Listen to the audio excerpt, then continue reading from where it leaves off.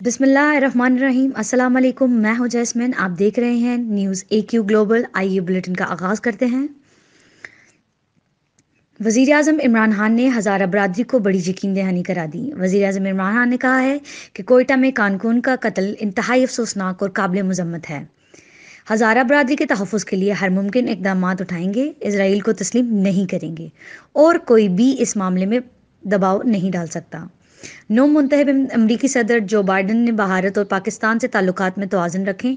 भारत में अक़लियतों को बहुत खतरा है। इस वक्त भारत में एक ऐसी हुकूमत बरइज़्ज़ इक़्तिदार है जो RSS के नज़रियात से मुतासिर है, जबकि पाकिस्तान में मजहबी अक़लियतों को यकसा हकूक़ हासिल हैं।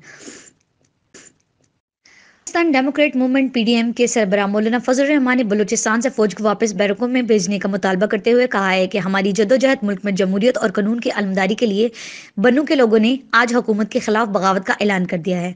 कठपुतली हुकूमत को समंदर में गर्क करके छोड़ेंगे। बन्नू में PDM जलसे के हज़ारों शुरका से खिताब करते हुए मौलाना फजल रहमान ने वज़ीर आज़म इमरान खान के साथ वफादारी करने वालों को गद्दार करार दे दिया और कहा कि PDM ने कौम को आज़ादी और जमहूरियत का रास्ता दिखाया है।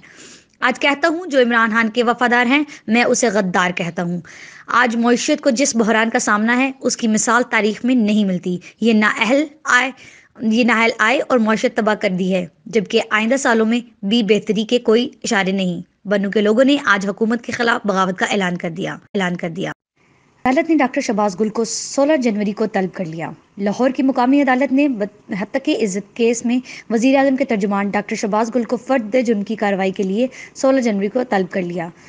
टूरिज्म कंपनी की जानिब से दायर हत्या इज़्ज़त दावा पर एडिशनल सेशन जज जुल्फ़िकार अली ने समाअत की, जिस पर वज़ीर आज़म के तर्जुमान डॉक्टर शहबाज गुल अदालत में पेश हुए। समाअत के दौरान दरख्वास्त गुज़ार कंपनी के वकील ने अदालत को बताया कि अलबर्ग ग्रुप ने पाकिस्तान की तारीख में पहली बार 18 मीटर लंबी मेट्रो बस मुतारिफ करवाई। डॉक्टर शहबाज गिल ने निजी TV के प्रोग्राम में कंपनी के खिलाफ बयानबाजी की। अमारत में मुजाहिरीन का दाखिल होना नाकाबिल कबूल है, माइक पोम्पियो। अमरीकी वज़ीर ख़ारजा माइक पोम्पियो ने कहा है कि कैपिटल हिल अमारत में मुजाहिरीन का दाखिल होना नाकाबिल कबूल है।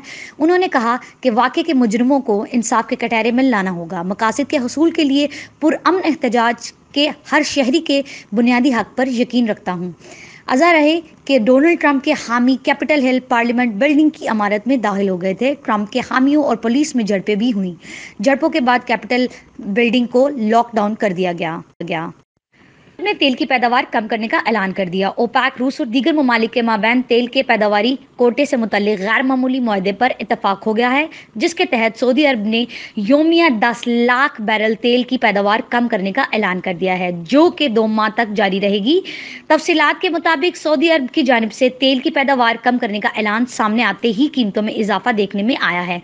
अमरीकी खाम तेल की कीमत में भी 5% इजाफा हुआ है, जिसके बाइस पी पेट्रोल $50 पर पहुंच गया है। दीगर ममालिक की जानिब से सऊदी अरब के इक़दाम का खैर मकदम किया जा रहा है, जिससे तेल की मार्केट को मुस्तहकम करने में सहारा मिलेगा। सऊदी अरब की जानिब से ऐलान में कहा गया है कि वो ये कमी मुसलसल 2 माह तक जारी रखेंगे। हम ये अगले बुलेटिन में नई खबरों के साथ। News AQ global. शुक्रिया।